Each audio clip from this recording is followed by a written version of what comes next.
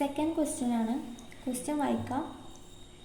The price of a table and chair is 11,000 rupees.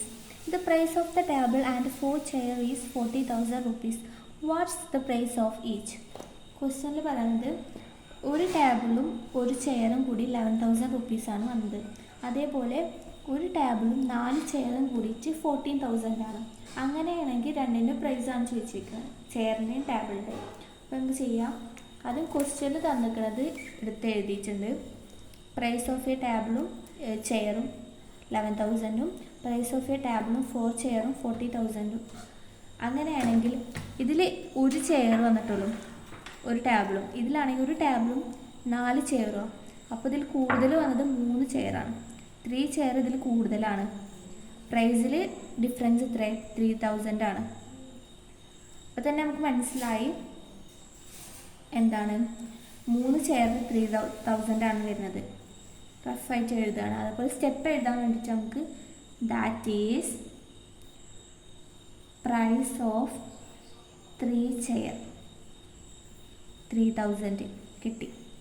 അത് നമുക്ക് ഇതിന് രണ്ടിന് സെപ്പറേറ്റ് ചെയ്തതാണ്. ജസ്റ്റ് ഇവിടെ കാണിച്ചു തരാം.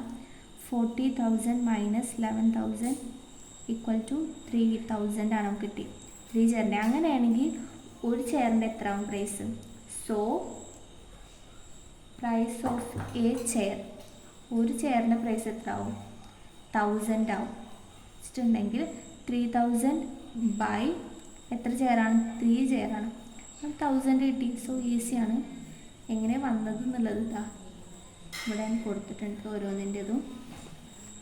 അടുത്തത് ഇപ്പോൾ നമുക്ക് ചെയറിൻ്റെ ഒരു ചെയറിന് കിട്ടി. ഇനി നമുക്ക് ഒരു ടേബിളിൻ്റെ എത്രയെന്നാണ്. അപ്പോൾ ഒരു ചെയറും ഒരു ടേബിളും കൂടി 11,000 അല്ലേ.